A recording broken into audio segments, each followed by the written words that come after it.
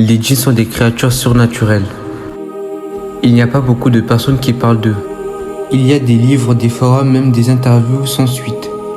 Même des tapis de prière ont des dessins de créatures.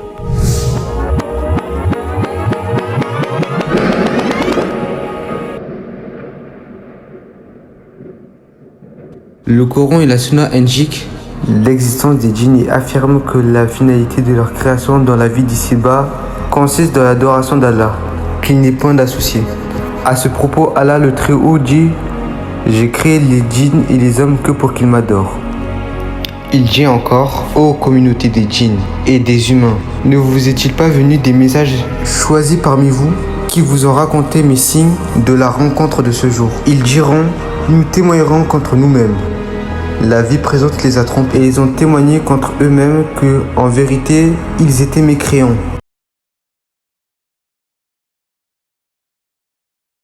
Le mot djinn vient de la racine trilatérale arabe, jannan, qui signifie cacher ou dissimuler. Une description appropriée pour des créatures que l'œil humain ne peut percevoir et qu'il existe dans un mode parallèle, connu sous le nom d'Al-Raïb, l'invisible. Amira El-Zayn, auteur de l'islam, excusez-moi de ma prononciation anglaise, je disais Arab and Tay Intelligence Word of Tay Jinn suggère que ces êtres étaient vénérés par les Arabes pré-islamiques, lesquels les associant à des éléments de la nature.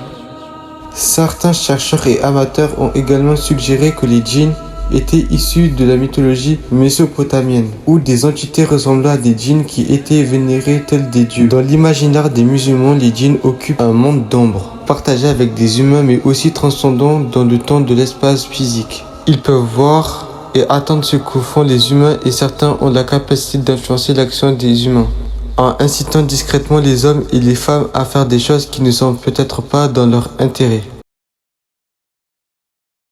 Ceux qui accompagnent continuellement les humains sont connus sous le nom de Qarin, un des types de djinns qui vivraient parmi nous. Le monde des djinns est un univers qui a ses caractéristiques distinctives insemblables aux humains, mais ils partagent avec ceux-ci la raison, la compréhension et la faculté de choisir entre le bien ou le mal. Ils sont appelés djinns à cause de leur invisibilité. À ce propos, le Très-Haut dit Inna yaraka anta wa marafikin min hit la ta'arahum.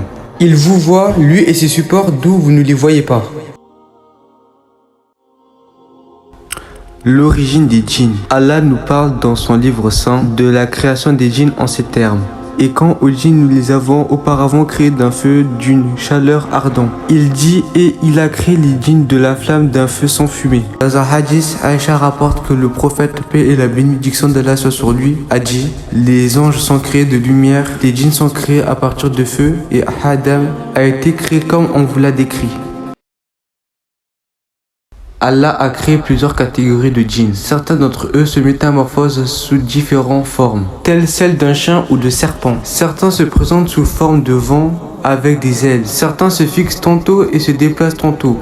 D'après Abu Talaba al-Kushani, le messager d'Allah a dit les djinns appartiennent à trois catégories.